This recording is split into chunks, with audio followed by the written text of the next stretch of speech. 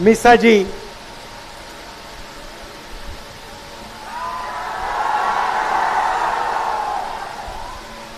भारी बहुमत से जिताना है।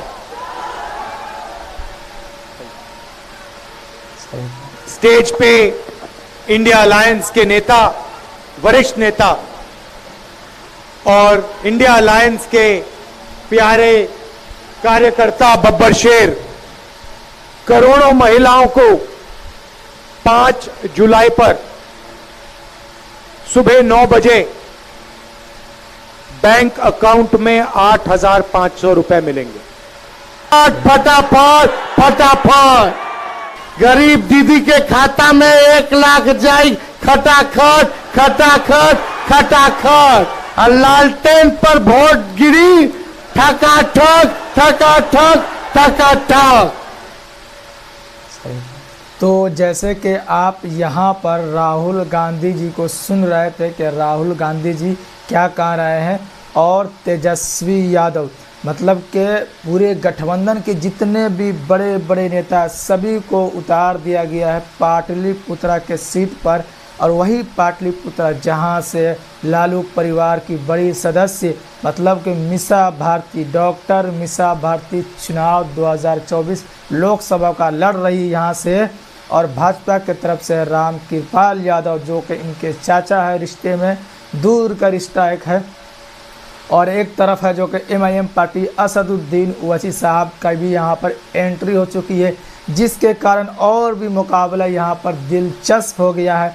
और RJD की तरफ से जो डर था वो पूरा यहाँ पर देखने को मिल रहा है। उसके बाद से पूरे जो भी अलायंस के नेता है, हर पार्टी के बड़े बड़े, उन सब को यहाँ पर उतारने की कोशिश की गई है कि इस बार किसी न किसी तरीके से इस सीट को जीतने का काम किया जाए, कोई चूक ना हो जाए, ताकि गठबंधन का फ़ायदा उसको यहाँ पर उठाया जा सके।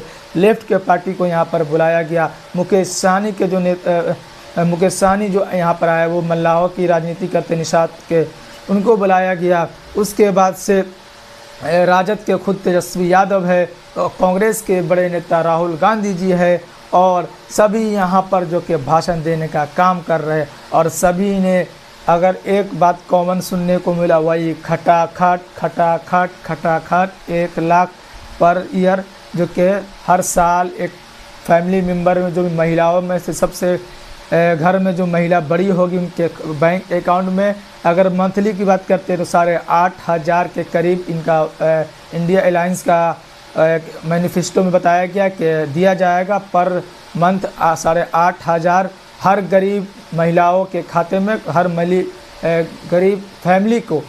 तो यहाँ पर हर चुनावी भाषण में आपको ये सुनने को मिलता होगा कि 8,500 रुपये दिए जाएंगे।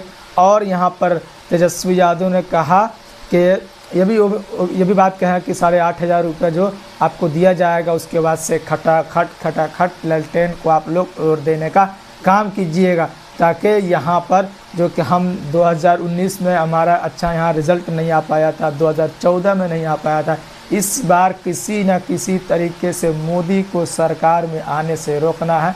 सबका यही सोचना है और इसलिए हम लोगों ने गठबंधन करने का काम किया।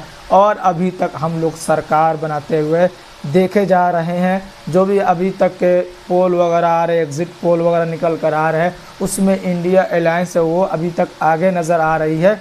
और 4 जून बज़ाब्ते राहुल गांधी जी ने एग्जैक्ट टाइम डेट तो बताया, ये 5 जून, 4 जून को गिनती है, 5 जून का डेट बताया और सुबह 9:30 बजे का टाइम बताया कि 9 बजे से ये जो खटाखट वाला जो सिस्टम चल रहा है वो सब पर जो कि लागू कर दिया जाएगा। तो आप अक्सर चुनावी भाषण देते हुए सुनते होंगे, चुनावी जनसभा में जैसे राहुल गांधी एक संविधान का बुक लेकर आते हैं और बताते हैं कि इसको बचाना है, कहीं ना कहीं इस पर वार किया जा रहा है। अगर मोदी गवर्नमेंट फिर से तीसरी बार आती है अगर अपने फुल मेजोरिटी के साथ, तो ये जो संविधान है जो वह हाथ में लेकर हमेशा हर चुनावी भाषण में आते हैं, चुनावी जनसभा में आते हैं कि ये खतरे में आ सकता है। अगर ये संविधान अगर खतरे में आ गया, मतलब इसमें छेड़छाड़ हो गया, तो फिर हम लोगों के लिए बहुत ही मुश्किल हो सकती है यहाँ रहना। हर चीज़ पे क्योंकि हमें हर चीज़ की आज़ादी इसी संविधान के द्वारा दी जाती है। हम हर समाज के लोग यहाँ रहते हैं, हर धर्म के लोग रहते हैं और सबको अपने हिसाब से रहने की आज़ादी जो है इसी संविधान के द्वारा दी जाती है। अगर वो फुल मेजॉरिटी से अगर इस बार सरकार बनाने में कामयाब रहती है मोदी गवर्नमेंट, तो फिर संविधान की जो भी चीज़ें हैं, मूल चीज़ें हैं, उनको सबसे पहले बदलने का काम किया जाएगा। इसलिए हम आप लोगों से अपील करने यहाँ पर आए हैं कि जहाँ जहाँ इंडिया अलायंस के जहाँ जहाँ जो कैंडिडेट है उनको आप लोग जिताने का काम करें और फुल मेजॉरिटी के साथ इंडिया गठबंधन को जिताए और केंद्र में सरकार बनाने के लिए आप उतना सीट देने का काम करें, ताकि हमने जो भी आपसे वादा किया है उसको पूरा करें। और हमारी जो सरकार होगी, राहुल गांधी ने कहा कि ये गरीबों की सरकार होगी, ये अडानी और अंबानी की सरकार नहीं होगी। अभी की जो सरकार है, प्रेजेंट की जो सरकार है, मोदी की सरकार है, ये अडानी अंबानी कुछ 22 से 25 उद्योगपतियों की सरकार है और ये उन लोगों का हजारों करोड़ों का कर्जा माफ़ कर चुकी है। लेकिन यहाँ इंडिया भारत में गरीब का, किसानों का कोई कर्जा माफ़ नहीं किया जाता। हमने अलग अलग स्टेट में सरकार बनाई और हमने कर्ज माफ़ करने का काम किया। हमने जो भी वादा किया मैनिफेस्टो में, चाहे वो स्टेट लेवल पे हो, उसको हम लोगों ने निभाने का काम किया। इसलिए मैं आपसे कहता हूँ कि हम अगर सरकार में आते हैं तो हम ये वादा कर रहे हैं कि गरीब के खाते में पैसा डालेंगे, वो हम सबसे पहले पूरा करने वाले हैं। इसलिए और जो भी महंगाई, बेरोज़गारी है, हम नौकरी देने का काम करेंगे। और जो कि आपको पता ही है कि अग्निवीर पर हर जगह हमलावर होते हैं और वो कहते हैं कि अगर इंडिया अलायंस की सरकार बनती है तो सबसे पहला काम, जो भी मेन काम है जिससे नुकसान हो रहा है देश को, देश के नौजवानों को, देश के जो भी गरीब परिवार उनको, उन सब जो चीज़ें लाने का काम किया था मोदी गवर्नमेंट, उन सब को हम ख़त्म करने का काम करेंगे। जैसे अग्निवीर के बारे में कहते हैं कि हम अगर सरकार में आते हैं, हमें आप सत्ता देते हैं, अगर हमें आप मौका देते हैं, तो अग्निवीर जैसी जो व्यवस्था बनाई गई है मोदी गवर्नमेंट के अंदर, इसको हम पूरी तरीके से ख़त्म करने का काम करेंगे। क्योंकि इससे बहुत ही दिक्कत हो रही है, नौजवानों के अंदर दिक्कत हो रही है। हम परमानेंट जो पहले वाला जो था उसको हम बहाल करने का काम करेंगे और 4 साल वाला जो रिटायरमेंट वाला सिस्टम है अग्निवीर जिसके तहत बहाल की जाती है, उसको हम पूरी तरीके से ख़त्म करने का काम करेंगे। और देखिए पाटलिपुत्रा, अभी अगर बात करते हैं तो यहाँ पर अवैसी साहब इससे पहले आए थे और उन्होंने भी अपने प्रत्याशी जो कि MIM से लड़ रहे हैं, रज़ा साहब, खुर्शीद रज़ा साहब, उनके लिए उन्होंने प्रचार करने का काम किया। और उनके पार्टी के जितने भी टीम बड़े बड़े नेता थे, चाहे वो हैदराबाद से हो या बिहार से हो या महाराष्ट्र से हो। जैसे बिहार के अगर बड़े चेहरा की बात करते हैं तो अख्तरुल इमान साहब जो कि सीमांचल क्षेत्र से वो विधायक है, और भी जितने भी उनके कार्यकर्ता, बड़े पैमाने पे मतलब जलसा का प्रोग्राम का जो इंतज़ाम किया गया था और वहाँ पर काफ़ी लोग भी उनको सुनने के लिए आए थे। और उसके बाद यहाँ पर देखिए कि इंडिया अलायंस की तरफ से मतलब प्रोग्राम रखा गया, जनसभा रखी गई है और यहाँ पर मतलब किसी न किसी तरीके से जो लालू परिवार को एक चैलेंज कर दिया था असदुद्दीन ओवैसी साहब की तरफ से, उनको मतलब बचाने की एक मतलब बहुत ही जो चैलेंज किया कि आप बचा कर दिखाओ कि मैं यहाँ पर आऊँगा, मेरी पार्टी यहाँ पर मजबूती के साथ चुनाव लड़ने का काम करेगी। तो हो सकता है कि जो इनके जीत हार का फासला बहुत कम रहता था, जैसे रामकृपाल यादव जी के साथ भाजपा के वो कैंडिडेट है और 2 बार से वो सांसद है पाटलिपुत्रा से, तो हो सकता है कि वो जो वोट है और उधर चले जाए MIM की तरफ से, तो और मतलब हार जीत का फासला ज़्यादा हो जाएगा और हो सकता है कि इस बार फिर मीसा भारती पिछड़ जाए, जिसकी वजह से हर पार्टी के बड़े बड़े नेता को लालू यादव जी के दिमाग का ये खेल है और उन्होंने सबको यहाँ पर उतारने का काम किया। अगर आप बहुत कम ऐसे मंच पर देखते होंगे कि बड़े बड़े जो अलायंस है उनके एक ही साथ मंच पर वो मतलब चुनावी प्रचार में पहुँचे, ऐसे बहुत कम होता है, 2 नेता या 3 नेता पहुँचते हैं।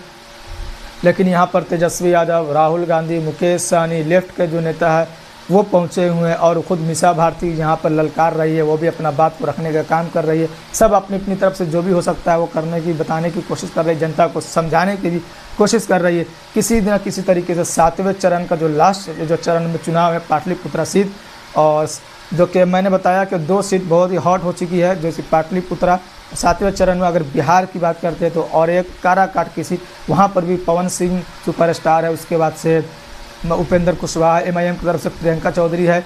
तो वहाँ पर भी मतलब MIM के जाने की वजह से बहुत ही मतलब वहाँ पर मुकाबला दिलचस्प हो गया। तो ये है राहुल गांधी जी जो कि बिहार के दौरे पर आए हुए हैं और वो भी पाटलिपुत्रा लोकसभा सीट के अंदर अपनी हुंकार भर रहे हैं और अपना जो भी मैनिफेस्टो, इनका कहना कि हमने जो मैनिफेस्टो तैयार किया वो गरीबों के हित के लिए मैनिफेस्टो तैयार किया। हमने जो भी पैदल यात्रा किया, पद यात्रा, हमने लगभग 4,4500 किलोमीटर के दूरी तय किया है। लोगों से, लाखों लोगों से हमने मिलने का काम किया, उनसे करीब से हमने मिलने का काम किया है, उनको समझने से हमने कोशिश की, उनको बातों को सुनने का काम किया। वो सब समझने सुनने के बाद मैंने एक मैनिफेस्टो तैयार किया। ये मैनिफेस्टो जो है, जैसे हम एक तरफ मोदी जी कहते हैं ये मोदी की गारंटी है, मोदी की ये गारंटी है, ये गारंटी है, और सब मैनिफेस्टो बनाते हैं, लेकिन मोदी है वो गारंटी बनाते हैं। मोदी गारंटी देता है और जो गारंटी मोदी देता है उसे पूरा करता है। ये मोदी जी कहते हैं हर जगह, वो गारंटी के रूप में बनाते हैं। और इन्होंने मैनिफेस्टो तैयार किया, ये गरीबों के लिए मैनिफेस्टो। बोलते हैं मोदी जी अमीरों के लिए काम करते हैं, लेकिन हमारी जो सरकार आएगी वो गरीबों के लिए काम करेगी, गरीबों के हित के लिए काम करेगी। 200 बिजली यूनिट जो है वो मुफ्त रहेगा। जैसे कि दिल्ली में अगर बात करते हैं तो इंडिया अलायंस में अभी फ़िलहाल केजरीवाल के सरकार में, दिल्ली के सरकार में, जो कि बिजली मुफ्त, पानी मुफ्त, बहुत सारा कुछ यहाँ मुफ्त वहाँ मिलता है। उसी के तर्ज पर इंडिया अलायंस में जो साझा मैनिफेस्टो बना है उसके अंदर भी 200 बिजली का यूनिट जो है वो मुफ्त रहेगा। फिलहाल ये मैनिफेस्टो है, अगर सरकार बनती तो इस पर पालन किया जाता है या नहीं वो तो आगे देखने को मिलेगा। लेकिन मैंने आपको इसमें बताने की कोशिश किया कि पाटलिपुत्रा में काफ़ी लोग भी यहाँ पर पहुँचे हुए जनसभा के अंदर। जैसा कि देख सकते हैं, जाहिर सी बात है जब बड़े बड़े नेता पहुँचेंगे अलग अलग पार्टी के तो उनको देखने के लिए जनसैलाब उमड़ेगा। तो यहाँ पर भी देख सकते हैं कि काफ़ी जनसैलाब उमड़ पड़ा राहुल गांधी को देखने के लिए, क्योंकि भावी प्रत्याशी बताया जा रहे हैं प्रधानमंत्री के विपक्ष की तरफ से, अलायंस की तरफ से, इंडिया अलायंस की तरफ से उम्मीदवार के तौर पर लोग देख रहे हैं। और ऐसा अगर होता भी है तो मैक्सिमम ज़्यादा उम्मीद है 90-95% के राहुल गांधी को प्रधानमंत्री बनाया जाए। बाद में वो देखा जाएगा और क्या होता है। लेकिन यही है कि पाटलिपुत्रा में हुंकार भर दिया गया है इंडिया अलायंस की तरफ से कि किसी न किसी तरीके से सीट को जीता जाए। तो मैंने आपको बिहार के पाटलिपुत्र सीट से अपडेट देने की कोशिश किया है, जहां से राहुल गांधी, तेजस्वी यादव, मीसा भारती, मुकेश सहनी ने हुंकार भरा और इस सीट को जीतने के लिए हर मुमकिन कोशिश कर रहे हैं। उम्मीद करता हूँ कि ये वीडियो आपको अच्छा लगा होगा। फिर मिलते हैं आपसे किसी और दिन किसी और वीडियो के साथ।